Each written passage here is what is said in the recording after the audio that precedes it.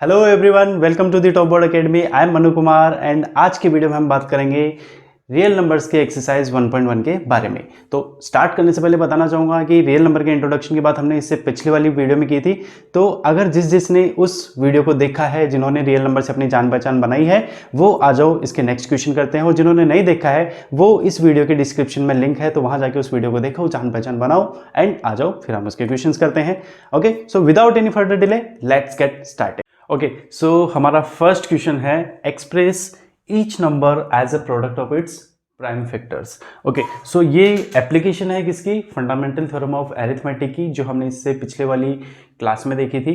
तो यहाँ पे हमें क्या करना है, एक नंबर हमें गिवन है 140, इसको हमें इसके प्राइम फैक्टर्स की फॉर्म में रिप्रेजेंट करना है। ओके, तो ये हमें बहुत पहले से आता है, हमने बहुत बार ऐसे किया है कि कोई नंबर होता है उसको हमें उसके प्राइम फैक्टर्स के फॉर्म में रिप्रेजेंट करना होता है। तो ये एक इजी मेथड है और हमें पहले से पता है। तो देखो, इसको हम क्या करेंगे, सबसे छोटे नंबर से डिवाइड करेंगे।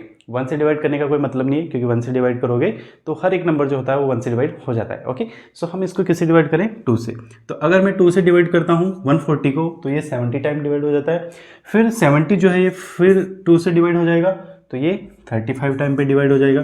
35 जो है ये 5 से डिवाइड होता है 7 टाइम पे, और 7 जो होता है वो 7 की टेबल में ही आता है। ओके, सो ये हो गया हमारा 140 का प्राइम फैक्टर की फॉर्म में रिप्रेजेंट करना।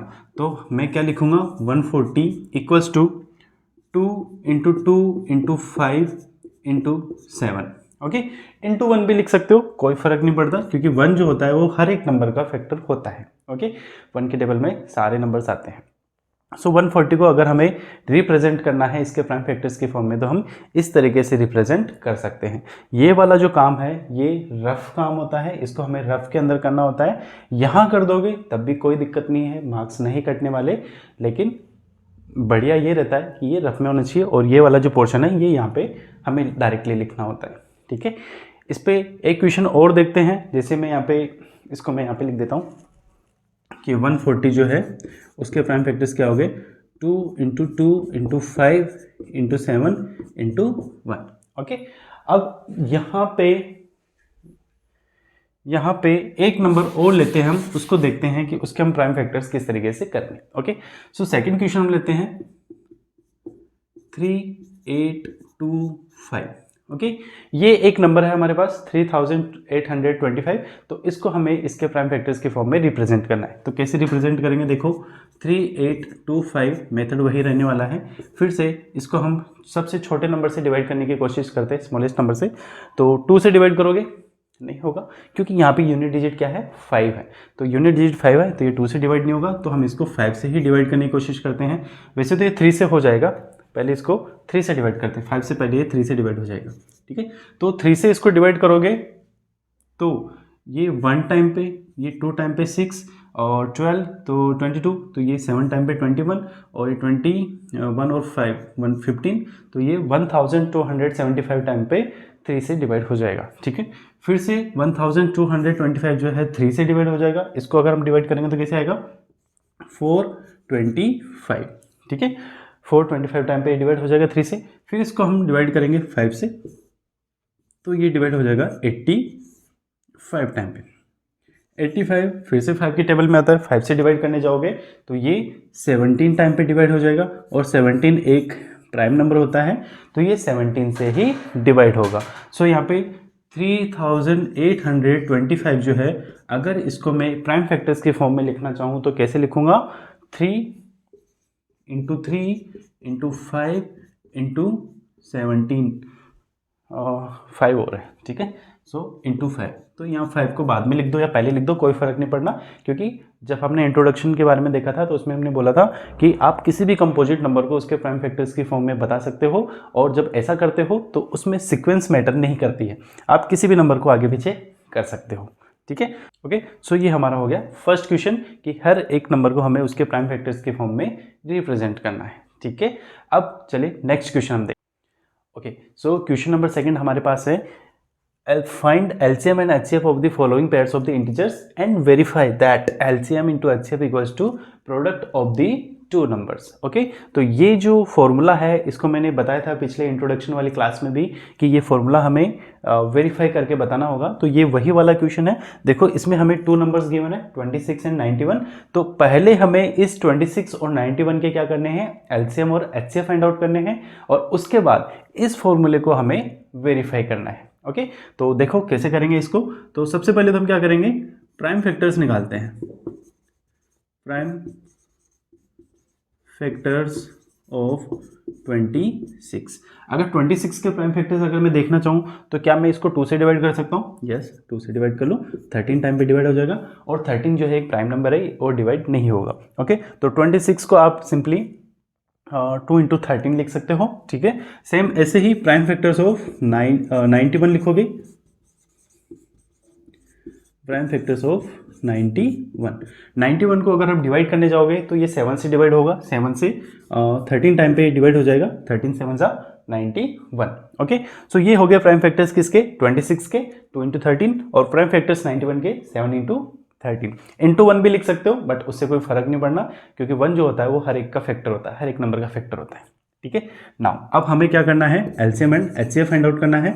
नाउ एलसीएम ऑफ 26 एंड 91, इसको हम ऐसे इसको रीड करते हैं, एलसीएम ऑफ 26 एंड 91। तो देखो एलसीएम के लिए हमें क्या करना होता है, जो इसके प्राइम फैक्टर्स में कॉमन है उसको भी लेना है और जो कॉमन नहीं है उसको भी लेना है। तो 2 को देखो यहाँ पे है, यहाँ नहीं है, तो फिर भी हमें 2 को लेना है। ठीक है, 13 को देखो यहाँ है, तो ये तो दोनों जगह है तो इसको तो लेना ही है। और 7 जो है वो यहाँ है लेकिन यहाँ वाले फैक्टर्स में नहीं है बट फिर भी हम इसको कंसिडर करेंगे। तो अगर आप इसको इस तरीके से लिखते हो तो ये आपका एलसीएम कितना आ जाएगा, 182। अगर इसको हम मल्टीप्लाई करेंगे तो कितना आ जाएगा, 182। ओके, नाउ ये तो हो गया एलसीएम। अब बात करते हैं एचसीएफ की। तो एचसीएफ ऑफ 26 एंड 91, तो इसको अगर मुझे लिखना है तो मैं कैसे लिखूंगा, जो इसमें कॉमन है सिर्फ वही वाला फैक्टर आना चाहिए। ठीक है, तो यहाँ पे क्या है कॉमन, 13 है। हाँ, यहाँ पे एक चीज़ ध्यान रखना, अगर यहाँ पे मान लो कुछ ही कॉमन नहीं होगा तो उस कंडीशन में क्या कॉमन होगा, 1। तो जहाँ पे कुछ ही कॉमन नहीं होता वहाँ पे 1 कॉमन होता है, एचसीएफ क्या आता है, 1। ठीक है, तो यहाँ पे एचसीएफ कितना आ गया, 26 और 91। अब मैं यहाँ पे इधर कर देता हूँ क्योंकि मेरे पास नीचे स्पेस नहीं है। तो वहाँ पे जब कॉपी में तुम करते हो, एग्जाम में करते हो, तो इस तरीके से लाइंस ड्रॉ नहीं करनी है, उसको नीचे से ही लिखना है ना, 1 बाय 1 सीक्वेंस में ही लिखना है, इस तरीके से नहीं लिखना है। ठीक है, तो ये हो गया एलसीएम और एचसीएफ 26 और 91 का। अब बात करते हैं हम क्या, इस फॉर्मूले की। Now LCM of 26 91 into HCF of 26 91। अगर मैं इस फॉर्मूले को लिखना चाहूँ, अगर सोल्व करता हूँ तो क्या आएगा, एलसीएम कितना था मेरे पास, 182 और एचसीएफ कितना था, एचसीएफ कितना आया था, 13। ओके, तो जब मैं इसको मल्टीप्लाई करूँगा तो मेरे पास कितना आ जाएगा, 13 2 2 3 6 6। ठीक है, तो मेरे पास एलसीएम इंटू एचसीएफ कितना आया, 2366 2366। ठीक है ना, अब हमें क्या करना है, दोनों नंबर्स को भी मल्टीप्लाई करके देखना है। So now product of two numbers है ना, जो नंबर्स हमें गिवन है उन्हीं का प्रोडक्ट हम देखते हैं। तो दोनों नंबर हमारे पास क्या है, 26 और 91, तो दोनों को मल्टीप्लाई कर दो। तो इसको मल्टीप्लाई करोगे तो 26 और 91, तो ये कितना आ जाएगा, 2366। तो यहाँ पे भी कितना आया, 2366 और यहाँ पे भी कितना आया, 2366। Okay, so we can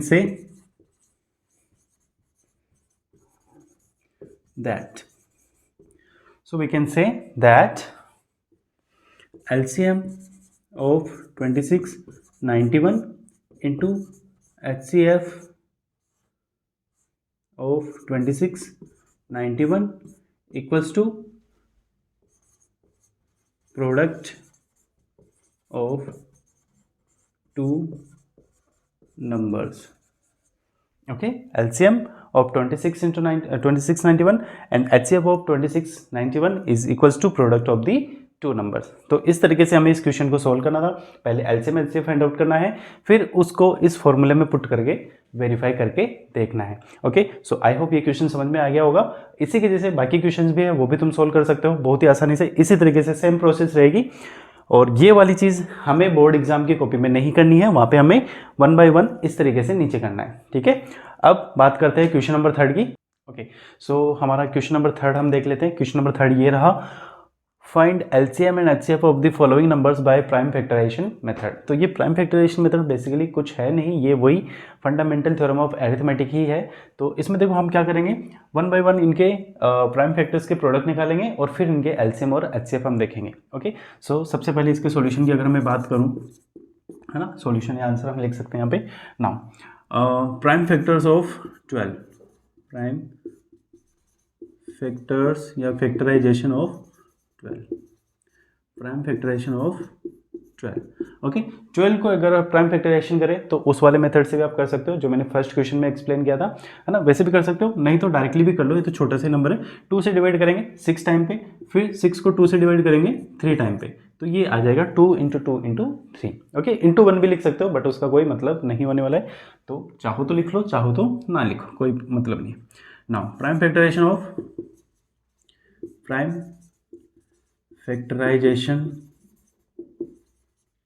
of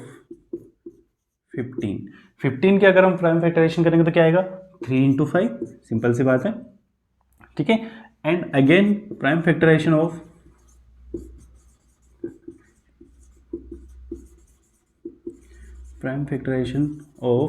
21। अगर 21 के प्राइम फैक्टर्स हम निकालने चाहेंगे तो क्या आएगा, 3 से डिवाइड हो जाएगा कितने टाइम पे, 7 टाइम पे, तो इसके प्राइम फैक्टर्स क्या हो जाएंगे, 3 × 7। ओके, नाउ अब हमें ये तो प्राइम फैक्टराइजेशन तो कर दिया, अब हमें क्या करना है, इसके एलसीएम और एचसीएफ फाइंड आउट करने हैं। तो देखो ये बहुत सा बेसिक सा कॉन्सेप्ट है जो हमने शायद क्लास 6 7 से हम पढ़ते आ रहे हैं, 5th से भी हम पढ़ते आ रहे हैं। ठीक है, एलसीएम एचसीएफ फाइंड आउट करना होता है। सो अभी हम बात करते हैं एलसीएम की। नाउ एलसीएम इसको ऐसे लिखेंगे 20, एलसीएम किसका, 12, 15 एंड 21। तो एलसीएम निकालते हैं हम 12, 15 और 21 का। तो देखो यहाँ पे एलसीएम के लिए हमें क्या करना होता है, इनके प्राइम फैक्टर्स को हमें देखना है, उसी में से हमें सेलेक्ट करने हैं फैक्टर्स को। तो प्राइम फैक्टर को सेलेक्ट करते टाइम पे ये ध्यान देना है कि एलसीएम में चाहे कॉमन हो चाहे कॉमन ना हो, कोई फैक्टर कॉमन आ रहा हो तब भी लिखना है, ना आ रहा हो तब भी लिखना है। तो देखो 2 यहाँ पे है, यहाँ नहीं है, लेकिन यहाँ पे 2 टाइम पे है, तो 2 को हम 2 टाइम पे लिखेंगे, 2 × 2 × 3 यहाँ पे है, यहाँ पे है, यहाँ पे तीनों में है, और एक एक टाइम पे है, 1 टाइम पे है, तो इसको 3 लिखेंगे। और 5 यहाँ पे है, 7 यहाँ पे है, ठीक है, तो 5 को भी लिखेंगे और 7 को भी लिखेंगे। जब इसको मल्टीप्लाई करोगे तो 2 × 2 4, 4 × 3 12, 12 5 7 60, 60 × 7 हो जाएगा आपका कितना, 420। ठीक है, तो आपका एलसीएम कितना आ गया, 12, 15 और 21 का 420, ये तो आ गया एलसीएम। नाउ एचसीएफ की बात करो तो एचसीएफ ऑफ 12, 15 एंड 21। तो एचसीएफ की बात करो तो एचसीएफ में क्या होता है, जो कॉमन है वही लेना है, बाकी किसी को हमें नहीं लेना है। तो देखो 2 कॉमन नहीं है, 5 कॉमन नहीं है, 7 कॉमन नहीं है, कॉमन क्या है, 3। तो यहाँ पे कॉमन फैक्टर क्या आ गया, 3, मतलब इनका जो एचसीएफ है वो क्या आ गया, 3। ओके, तो इस तरीके से हमें क्वेश्चंस जो रहेंगे वो सोल्व करने हैं और एलसीएम और एचसीएफ फाइंड आउट करने हैं प्राइम फैक्टराइजेशन मेथड से। तो ये बहुत इजी तरीका है, इसको हम बहुत ही आसानी से क्वेश्चन जो है सोल्व कर सकते हैं। ठीक है, इस पे बेस्ड एक क्वेश्चन और हम देख लेते हैं, यहाँ लिख देता हूँ उस क्वेश्चन को। हमारे पास मान लो एक नंबर है 17, एक है 23 और एक है 29। ओके, तो अब ये जो तीनों नंबर मैंने लिखे ना, ये तीनों नंबर क्या है, प्राइम नंबर्स। मतलब इनके जब फैक्टर्स करने जाओगे, प्राइम फैक्टर्स निकालोगे ना, देखो मैं देखता हूँ यहाँ पे करता हूँ, prime factors of prime factorisation of 17। अब बताओ 17 जो होता है वो 17 के टेबल के अलावा किसी में नहीं आता, है ना। तो 17 के प्राइम फैक्टराइजेशन क्या हो जाएगा, 17 × 1। सेम ऐसे ही प्राइम फैक्टराइजेशन ऑफ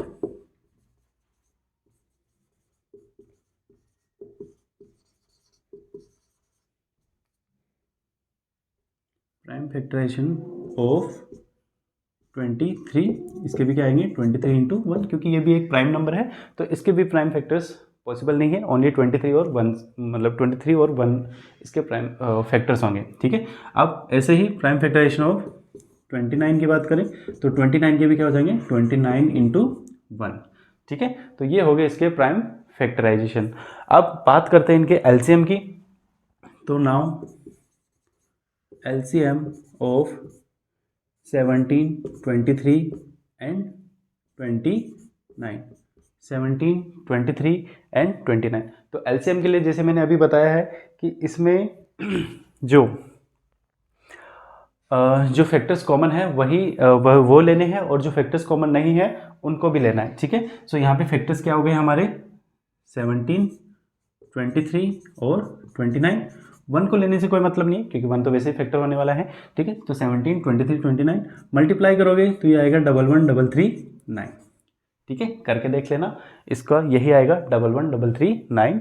हाँ, मल्टीप्लिकेशन की अगर शॉर्ट ट्रिक्स चाहिए तो कमेंट सेक्शन में कमेंट करो, मैं उसके लिए अलग से एक वीडियो बना दूंगा, जिससे कि आपको जो भी कैलकुलेशन है वो बड़ी फास्ट हो जाएगी, आप भी इजीली जो 2 नंबर्स या 3 नंबर्स की जो कैलकुलेशन है वो इजीली कर पाओगे, ठीक है।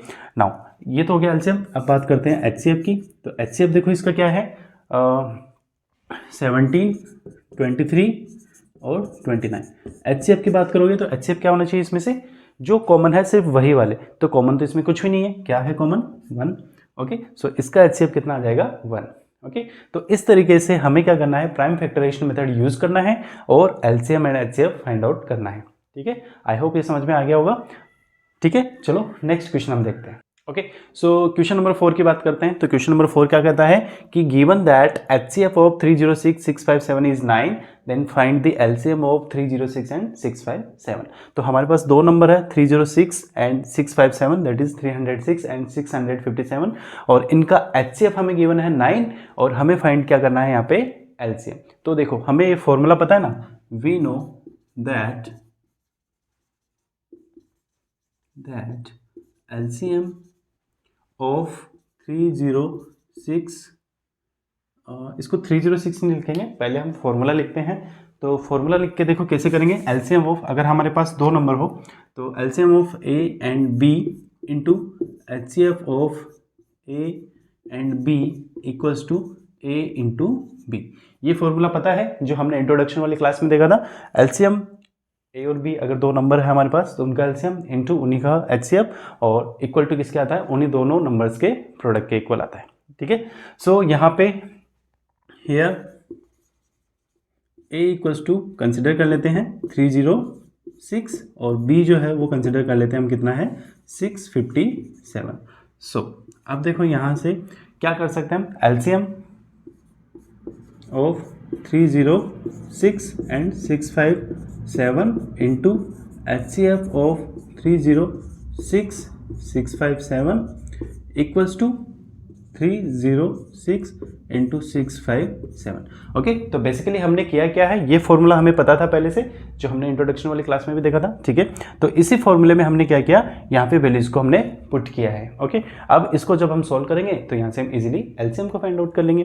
तो देखो एलसीएम 306 657 इंटू HCF, देखो HCF हमें गिवन है, कितना गिवन है 9, तो इस HCF की जगह हम क्या लिखेंगे 9, ठीक है, इक्वल्स टू 306 इंटू 657। अब देखो यहाँ पे थोड़ी सी हमें समझदारी दिखानी है कि 306 और 657 को मल्टीप्लाई नहीं करना है। क्यों नहीं करना है, क्योंकि यहाँ देखो ये 9 है तो 9 से इनको डिवाइड करना होगा हमें, तो हम पहले मल्टीप्लाई करेंगे फिर उसको डिवाइड करेंगे तो कैलकुलेशन ज़्यादा हो जाएगी, ओके।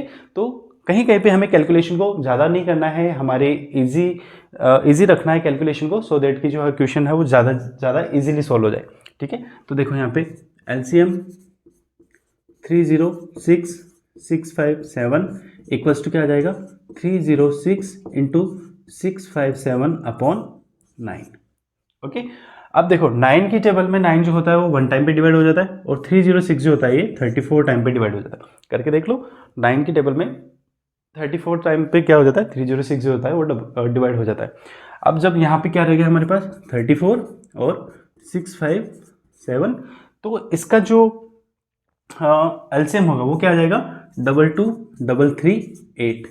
इसको इन दोनों नंबर्स को जब हम मल्टीप्लाई करेंगे तो क्या आएगा 22338। तो ये आ गया हमारा एलसीएम किसका 306 एंड 657 का। ओके, सो एलसीएम आ गया हमारा 306 एंड 657 का कितना 22338। तो ये क्वेश्चन हमारा सोल्व हो गया। यही बोला था इसमें कि एलसीएम हमें सॉरी एचसीएफ हमें गिवन था और एलसीएम हमें फाइंड आउट करना था। ये फॉर्मूला हमें पता था कि LCM A of B into HCF of A and B equals to A into B, ये फॉर्मूला है हमारा। इसी फॉर्मूले में हमने ये वैल्यूज पुट की है और हमारा जो रिक्वायर्ड एलसीएम था वो हमने यहाँ पे फाइंड आउट कर लिया। ठीक है, तो इस तरीके से सारे क्वेश्चन तुम कर सकते हो इस वाले फॉर्मूले की हेल्प से। तो चलो नेक्स्ट क्वेश्चन देखते हैं। ओके, सो हमारा नेक्स्ट क्वेश्चन है question number 5। Check whether 6 to power n ends with digit 0 for any natural number n। तो n की किसी भी वैल्यू के लिए 6 की पावर n अगर हम उसमें पुट करते हैं तो वो जो यूनिट डिजिट उसमें आएगी वो 0 आनी चाहिए। ठीक है, ये हमने इंट्रोडक्शन वाली क्लास में ये भी देखा था। ठीक है, ये भी हमारे जो फंडामेंटल थ्योरम ऑफ अरिथमेटिक है उसकी एप्लीकेशन में हमने देखा था इसमें। तो मतलब किसी भी नंबर में 0 कब आता है, जैसे कोई नंबर है मान लो, तो उस वो अगर 5 से डिवाइड हो जाता है तो उसमें 0 आ सकता है। ठीक है, जैसे कि मैंने कहा जैसे 20 है तो 20 5 से डिवाइड होगा, है ना, तो हम बोल सकते हैं कि ये जो नंबर है वो 0 के साथ एंड होगा। ओके, मतलब कोई भी नंबर जो होगा ना उसमें यूनिट डिजिट 0 हो या 5 हो तो वो 5 से डिवाइड हो जाता है। So 6 to power n ends with the digit 0 for any natural number n। तो इसके अगर हम प्राइम फैक्टर करेंगे तो उसके प्राइम फैक्टर में क्या आना चाहिए 5 आना चाहिए। अगर 5 आता है तो उसमें वो जो नंबर है वो किसी ना किसी n की वैल्यू कुछ ना कुछ होगी जिसके लिए वो 0 पे एंड हो जाएगा। ओके, सो यहाँ पे हम लिखते हैं, ये थ्योरेटिकल क्वेश्चन रहेगा ज़्यादातर, इसमें हमें थोड़ा सा लिखना होगा, वर्ड्स सेंटेंस के फॉर्म में आएगा। तो देखो if 6 to power n ends with digit 0 then it should be divisible by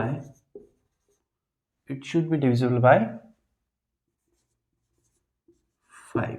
okay, तो कोई भी नंबर 0 से 0 की डिजिट आती है, उसमें यूनिट डिजिट 0 आती है तो वो 5 से डिवाइड होता है। जैसे मैंने अभी बात की थी 20 की, तो 20 में यूनिट डिजिट कितनी है 0, तो क्या मैं इसको 5 से डिवाइड करूँ तो हो जाएगा, यस ये हो जाएगा। तो ऐसा कोई भी नंबर जैसे 2 से भी हो जाता है बट हमें इसमें 5 को देखना है, तो 5 से अगर हम इसको डिवाइड करेंगे तो इसमें 0 आ जाएगा। तो अगर कोई सा भी नंबर है उसमें यूनिट डिजिट 0 है तो 5 से डिवाइड होना चाहिए। ओके, सो हम यहाँ पे लिखते हैं if 6 to power n ends with the digit 0 then it should be divisible by 5। Okay, अब हम क्या करते हैं इसके प्राइम फैक्टराइजेशन करते हैं। नाउ प्राइम फैक्टराइजेशन ऑफ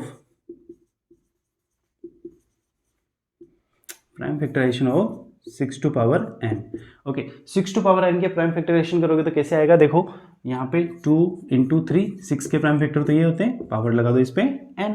तो अब देखो इसके प्राइम फैक्टर में क्या है 2 है और 3 है लेकिन 5 नहीं है। सो क्या बताओ इसमें n की किसी भी वैल्यू के लिए 0 पे एंड होगा क्या, नहीं होगा। क्यों, क्योंकि इसके प्राइम फैक्टर में 5 नहीं है। अगर प्राइम फैक्टर में 5 होता तो ये किसी ना किसी n की वैल्यू के लिए 0 पे एंड होता। ठीक है, तो अब हम यहाँ पे एक सेंटेंस और हमें लिखना है क्या, here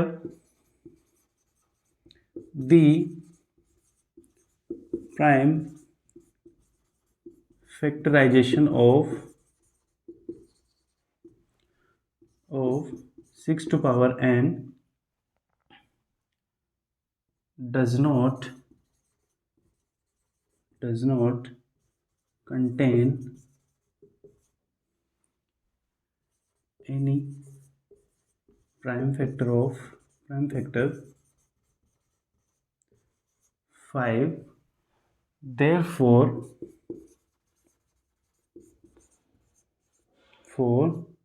6 to power n does not end with the digit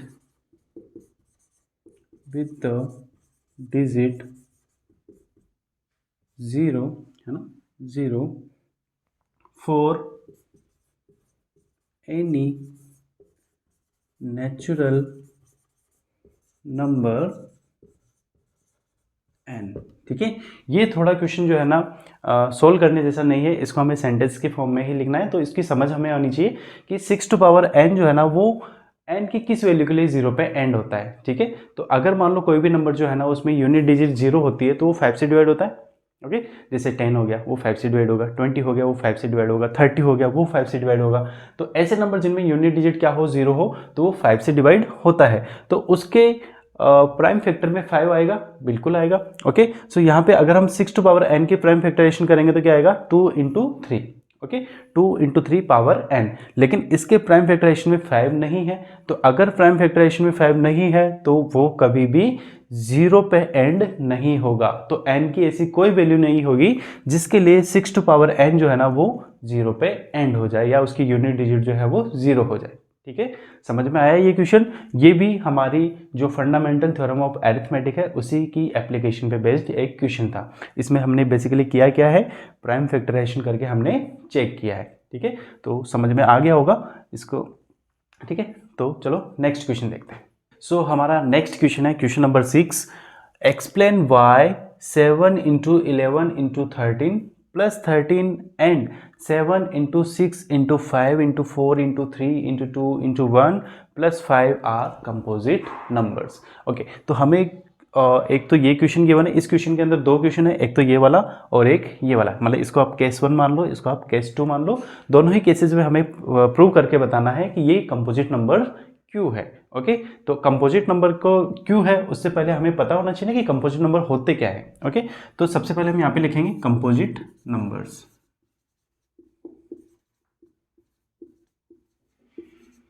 composite number, तो कंपोजिट नंबर की अगर डेफिनेशन हम लिखें तो ऐसा नंबर जिसमें वो खुद से डिवाइड होता हो, 1 से डिवाइड होता हो, लेकिन उसके अलावा वो और भी नंबर से डिवाइड होता हो। ठीक है, तो any number having factors, any number having factors other than 1 and itself. ठीक है, 1 एंड इटसेल्फ, तो ऐसा कोई सा भी नंबर जिसमें 1 तो है, मतलब वो 1 तो उसका फैक्टर है ही, खुद भी उसका फैक्टर है, मतलब खुद से भी डिवाइड होता है, लेकिन उसके अलावा और भी फैक्टर है, और भी नंबर है जिनसे वो डिवाइड हो जाता है, तो उसको हम बोलते हैं कंपोजिट नंबर। जैसे मैं यहाँ पे एग्जांपल के लिए लेता हूँ, जैसे मैंने लिया 6, तो 6 जो है ना वो 1 से डिवाइड होता है, ये 2 से डिवाइड होता है, 3 से होता है, और ये 6 से खुद से भी डिवाइड होता है। तो इसमें ये 1 से डिवाइड हो रहा है और खुद से डिवाइड हो रहा है, उसके अलावा ये 2 और 3 से भी डिवाइड हो रहा है। तो 6 क्या है यहाँ पे कंपोजिट नंबर है। ठीक है, तो इस तरीके के नंबर जो होते हैं उनको हम क्या कहते हैं, कंपोजिट नंबर्स। तो अब देखो यहाँ पे देखते हैं, now 7 into 11 into 13 plus 13। Okay, so क्या मैं इसको ऐसे लिख सकता हूँ, 7 into 11 into 13 plus 13 into 13 plus 13 है, तो यहाँ से क्या मैं 13 कॉमन ले सकता हूँ। देखो यहाँ पे प्लस लगा हुआ है, मतलब ये टर्म अलग होगी, ये टर्म अलग होगी, तो यहाँ पे 13 है, यहाँ पे 13 है, तो इस 13 को मैं कॉमन ले लेता हूँ। तो यहाँ पे मेरे पास क्या रहेगा, 7 इंटू 11 प्लस यहाँ पे 13 जो है वो तो बाहर आ गया, तो ओनली क्या रहा 7 इंटू 11, और प्लस यहाँ पे भी 13 जो है वो बाहर आ जाएगा, तो क्या रहेगा 1। तो 7 इंटू 11 प्लस 1, तो यहाँ से इसको अगर मल्टीप्लाई करेंगे, इसको सोल्व करेंगे तो क्या आएगा 13 इंटू ये 77 प्लस 1 कितना 78, तो 13 इंटू 78। अब देखो इसमें क्या करना है हमें, 13 इंटू 78 जो है ना इसके प्राइम फैक्टर्स निकालो। 13 के तो निकाल नहीं सकते क्योंकि वो तो एक प्राइम नंबर है, तो वो तो 13 की टेबल में आता है। 78 जो है ये 3 से, 2 से और 13 से इस तरीके से डिवाइड करते जाओगे ना, तो इसके क्या आ जाएंगे, ये प्राइम फैक्टर्स आ जाएंगे। ठीक है, तो अब देखो यहाँ पे जो भी नंबर बना कि जैसे 7 इंटू 11 इंटू 13 प्लस 13, तो ये जब इसको सोल्व करेंगे तो एक नंबर आएगा, तो उस नंबर के प्राइम फैक्टर्स क्या क्या आ गए यहाँ पे देखो, 13 इंटू 13 इंटू 3 इंटू 2। ओके, तो यहाँ पे ये 13 से भी डिवाइड हो रहा है और 2 से भी हो रहा है, 3 से भी हो रहा है, तो मतलब इसके 2 से ज़्यादा फैक्टर्स पॉसिबल हो रहे हैं, मतलब खुद से भी डिवाइड हो रहा होगा और 1 से भी डिवाइड हो रहा है, उसके अलावा भी इसके इतने सारे फैक्टर्स पॉसिबल है। तो अब हम क्या बोलेंगे कि ये जो नंबर है, therefore therefore 7 into 11 into 13 plus 13 is a composite number, is a composite number. ठीक है, समझ में आया। अब देखो इसके केस टू की बात करते हैं तो केस टू भी जो है सेम ऐसा ही है, इसी की तरह ऐसे ही हमें करना है। सो नाउ क्या है हमारे पास 7 into 6 into 5 into 4 into 3 into 2 into 1 plus 5।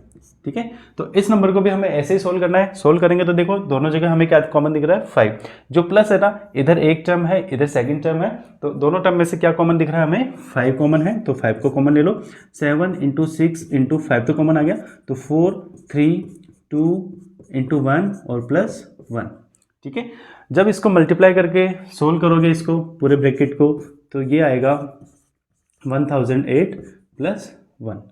ठीक है, इसको जब हम मल्टीप्लाई करेंगे 7 6 4 3 2 1, तो ये कितना आ जाता है 1008 और प्लस 1 कितना हो जाता है। ठीक है, तो ये हो जाएगा टोटल कितना 5 इंटू 1000 सॉरी 5 इंटू 1009। ठीक है, तो ये अब जो नंबर आया है हमारा, ये भी क्या है एक कंपोजिट नंबर है, क्योंकि ये जो नंबर हम सोल्व करेंगे वो 5 से डिवाइड होगा और 1009 से भी डिवाइड होगा। तो इसके 1 तो इसका फैक्टर होगा ही होगा, खुद भी इसका फैक्टर होगा, और उसके अलावा 5 और 1009 जो है ये भी इसके फैक्टर्स पॉसिबल होंगे। ओके, तो इसलिए हम बोलेंगे therefore 7 into 6 into 5 into 4 into 3 into 2 into 1 plus 5 is a composite number. ठीक है, तो आई होप समझ में आ गया होगा। करना क्या था इस क्वेश्चन में कि कंपोजिट नंबर की डेफिनेशन हमें पता होनी चाहिए। तो कंपोजिट नंबर क्या होते हैं, कोई से भी नंबर जिनके फैक्टर्स 1 तो होते हैं, मतलब 1 से डिवाइड होता है, खुद से डिवाइड होता है, और उसके अलावा वो और भी उसके फैक्टर्स होते हैं, मतलब और भी नंबर से वो डिवाइड होता है, तो उसको हम क्या बोलते हैं कंपोजिट नंबर। तो जब हमने इनको सोल्व किया तो इनके फैक्टर्स 1 भी थे, खुद भी थे, और इसके अलावा दूसरे फैक्टर्स भी थे, तो हमने क्या बोला कि ये सारे के सारे नंबर जो है क्या है कंपोजिट नंबर्स हैं। ठीक है, तो आई थिंक समझ में आ गया होगा। चलो नेक्स्ट क्वेश्चन देखते हैं। सो हमारा नेक्स्ट क्वेश्चन जो है वो 7th क्वेश्चन है, और ये इस एक्सरसाइज 1.1 का लास्ट क्वेश्चन भी है। ठीक है, तो इसमें देखो क्या है, एक यहाँ पे क्वेश्चन पूरा नहीं लिखा है लेकिन मैं एक्सप्लेन कर देता हूँ। एक सर्कुलर ट्रैक है ना, इस क्वेश्चन में बोला गया है कि एक सर्कुलर ट्रैक है। ठीक है, वहाँ पे सोनिया जो है वो इस सर्कुलर ट्रैक का एक राउंड कंप्लीट करने में 18 मिनट्स का टाइम लेती है। ठीक है, तो सोनिया जब यहाँ से, मान लो ये पॉइंट है, ए पॉइंट मान लेते हैं इसको, इस ए पॉइंट से स्टार्ट करती हैं। ठीक है, और वो 18 मिनट्स में फिर से इसी ए पॉइंट पे राउंड लगा के आ जाती है। ठीक है, और एक और है रवि, जो रवि है वो भी यही इसी पॉइंट से स्टार्ट करता है, और वो 18 मिनट्स में इस पूरे 12 मिनट्स में इस पूरे सर्किल का, पूरे ट्रैक का एक राउंड कंप्लीट करके फिर से इसी ए पॉइंट पे आ जाता है। ठीक है, तो मैं यहाँ पे लिखता हूँ time taken by Sonia to complete 1 round is equals to 18 minutes. ठीक है, तो देखो यहाँ पे क्या बोला गया था, इस क्वेश्चन को सॉल्व करने से पहले ये भी तो समझना है हमें कि बोला क्या गया, इसमें पूछा क्या गया। तो सोनिया को टाइम लगता है 18 मिनट्स का, रवि को टाइम लगता है 12 मिनट्स का, इसका पूरा एक सर्किल कंप्लीट करने में। तो इसने ये बोला है कि अगर वो सेम पॉइंट से स्टार्ट करते हैं, सेम टाइम पे स्टार्ट करते हैं और सेम डायरेक्शन में जाना स्टार्ट करते हैं, तो कितने टाइम के बाद वो फिर से एक दूसरे से मिलेंगे स्टार्टिंग पॉइंट पे। ठीक है, ये क्वेश्चन है। तो इस क्वेश्चन में हमें बेसिकली करना क्या है, पहले तो 18 मिनट्स इसके लिखे हमने, अब एक और लिखते हैं time taken by Ravi, time taken by Ravi to complete 1 round. तो रवि को कितना टाइम लगता है, 12 मिनट्स का टाइम लगता है।